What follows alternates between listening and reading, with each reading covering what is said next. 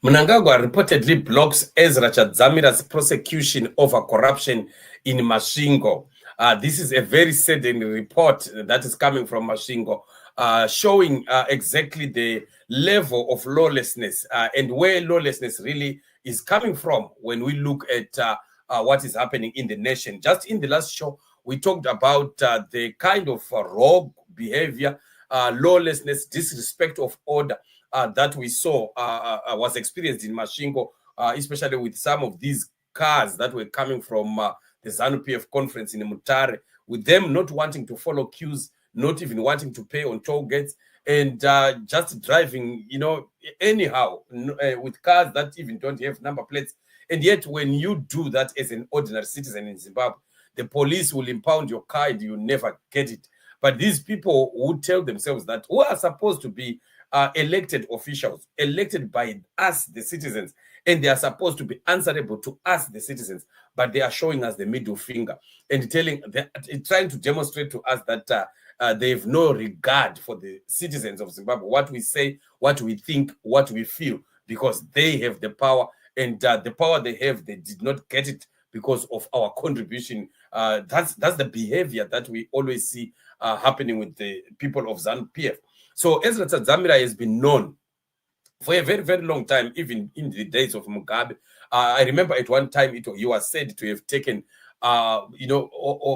lorries and lorries of fertilizer and seed that were supposed to be taken to, that had been taken to GMB and were supposed to be taken for distribution in the Masvingo province. And he took everything, and those cars offloaded that stuff at his farm in Masvingo. And this is it made a big outcry. So he did not start today. The man has been known to be, and is still known to be, very, very corrupt.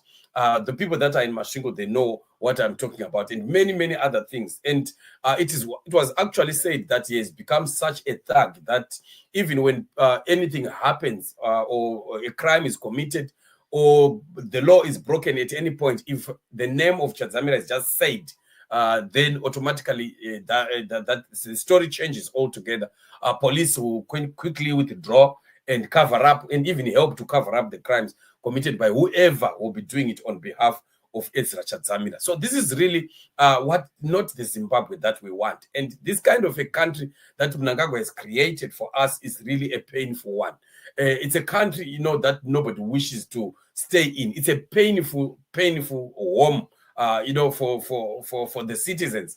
So Apostle Innocent Maruza says here, Mnangagwa is the head of corruption in Zimbabwe. Once Chiwenga removed Dambudzo, we will see and hear a lot about Mnangagwa scandals, right? So this paper is indicating here that Mnangagwa blocks the prosecution of Chadzamira over corruption. And then we see the Masvingo Magistrates Court there, meaning that possibly this case was supposed to be held in the Masvingo Magistrate Court, and Mnangagwa, seeing that his blue-eyed boy could be in trouble. Remember, Chadzamira is the first person to start the issue of, the 2030, right? The Masvingo, I still remember that Masvingo rally for the youth that started this slogan. It started there, and then it just went on and on. And all things that you see today, ZANU-PF running with, at the end of the day, they usually start from Masvingo. And this man is the man who is usually behind that. And so Mnangagwa definitely loves his blue-eyed boy so much. You can see with his smile there, Mnangagwa really smiles like that for anybody. Smiling from ear to ear with Chadzamira there because he knows, he loves the people that understand his selfishness and promote it. Those that want to see him growing too big for his boots and are there to ululate, twerk and support and protect his self-interest. He loves them so much. He promotes them and he allows them to live anyhow in the country. Nobody touches them. They remain untouchable. They remain above the law. But this is not what is expected of a nation that is supposed to prosper, a nation that is supposed to be reputable, a nation that is also supposed to compete with other developing countries. With this level of corruption that we are seeing in Zimbabwe, this is what chases away business. This is what chases away investors. This is what makes Zimbabweans, the citizens, not to trust officials of government. It breaks the social contract between government and the masses. And that's why this government will never succeed in anything that they do, because they've broken social contract. And Zimbabwean people will never trust them, even if they would come with something that might look like it is for the betterment of the country. People will still shun it, and people will not support it. Any government policy that comes and is not supported by the majority of citizens, no matter how good it could look, it will never take off, because everything has to be carried on the shoulders of the masses, and then they run with the idea, and then you start to see the idea succeeding. But ZANU-PF under Mnangagwa will continue to crumble. They will continue to fail. No matter how much money they have stolen, they can never run anything successful, especially anything that involves citizens of Zimbabwe, because nobody will be interested.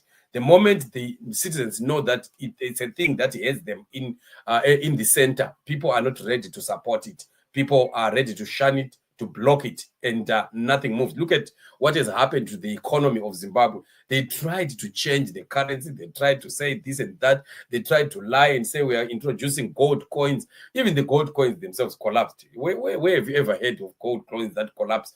And all those tricks that they are trying to do in the economy, it's not working. Mushayavan came in the Reserve Bank of Zimbabwe and thought that it was just going to be a walk in the park. He started introducing this and said people are going to scramble for the ZiG in just 2 months' time. And in those 2 months' time to 3 months' time, the ZiG was being seen being thrown all over the dustbins and so on and so forth. People walking over the ZiG notes on bus ranks and marketplaces. Just imagine.